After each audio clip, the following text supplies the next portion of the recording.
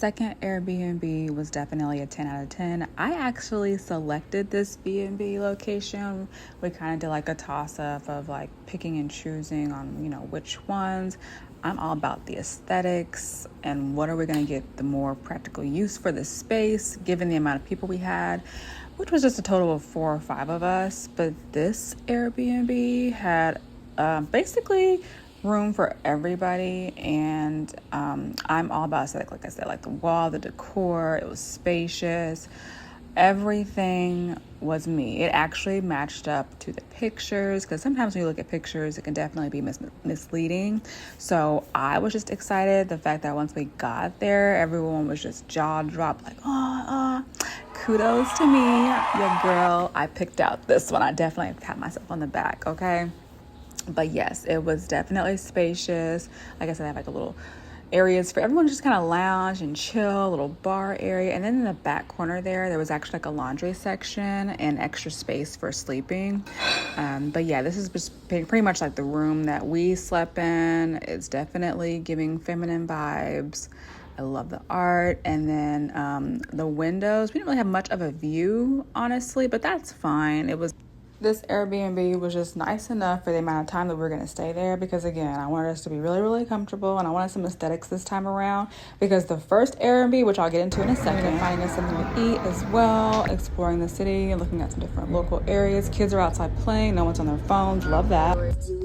This was actually pretty dope because this is actually my son's name, so I was like, oh, okay, it was pretty dope to see that. But also, I remember I didn't show you guys the first Airbnb. It was pretty basic, which is totally fine because we just wanted somewhere to actually lay our head down. First Airbnb just basically did what it needed to do, okay? It was a nice, comfortable place for us to sleep. It was spacious enough because, like I said, we only stayed there for basically a night. Whenever I picked this one, I wasn't too selective on the kitchen size because I knew we was going to be doing any type of cooking here. We just grabbed our quick meals and pretty much started the rest of our day. This day in particular was our first actual day to start our excursions.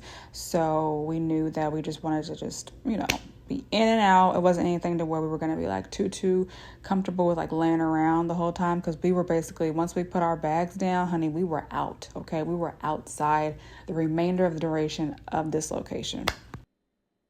This was actually a private location too, because whenever you first got to this one, it was completely gated up. You had to actually have your own access code to actually even come inside. So I did like how safe and secure it was. And for the space this was actually a 2-bedroom, 1 bath. It was actually spacious as hell just for the duration. So in San Jose, after we had checked in and got really kind of comfortable, oh my goodness, we went to the ATM and got some of that Costa Rican money. Okay, colonas, hello, definitely gotta do that. And we were kind of just browsing around this hotel. It was really scenic as hell. And then we ended up seeing like an event later that night. They were having a boxing match, so we actually got to attend that. That was actually really cool. How else can you say that you attended a boxing match in Costa Rica? That night we had to hit up the streets. Okay, we were outside. And when I tell you, it was so fat. Like, it was people from all walks of life everywhere. And this club, when you first came in, you don't even actually realize how big it is. We just kept walking. And I'm like, what? Damn, like, how far does this club go back? It was so fat, but it was actually a lot of fun just to keep exploring and just keep going because, in the States, I haven't really seen like clubs of this size, at least for me anyways. But this, I felt like I was totally somewhere else. It was so lit. The music was definitely hype as hell, and the energy was definitely there. It just kept going and going. We just kept walking to the back, and we ended up finding like another bar, got us a couple drinks, and I think we ended up being here for a couple hours. But when I tell you, I was like, oh my gosh, this is like super litty, okay? Like, I was just definitely feeling it. And anyways, we ended up going home, and then the next day we ended up doing a nice drive and was like, okay, let's go see what the shopping is like.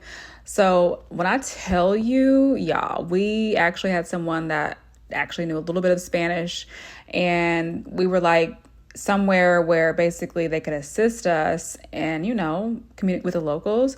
This guy totally tricked the hell out of us, y'all. He ended up taking our car and was like, I can show you, I'm a tour guide, I can show you where to go to shop. He ended up taking the wheel. Here I am being delusional as hell, not realizing what this dude is actually really doing, tricking the hell out of all of us, okay? We just arrived at this He basically made it seem like we didn't know how to actually look at the prices of everything. He ended up pulling over somewhere and demanding us for all of our cologne. Story time later.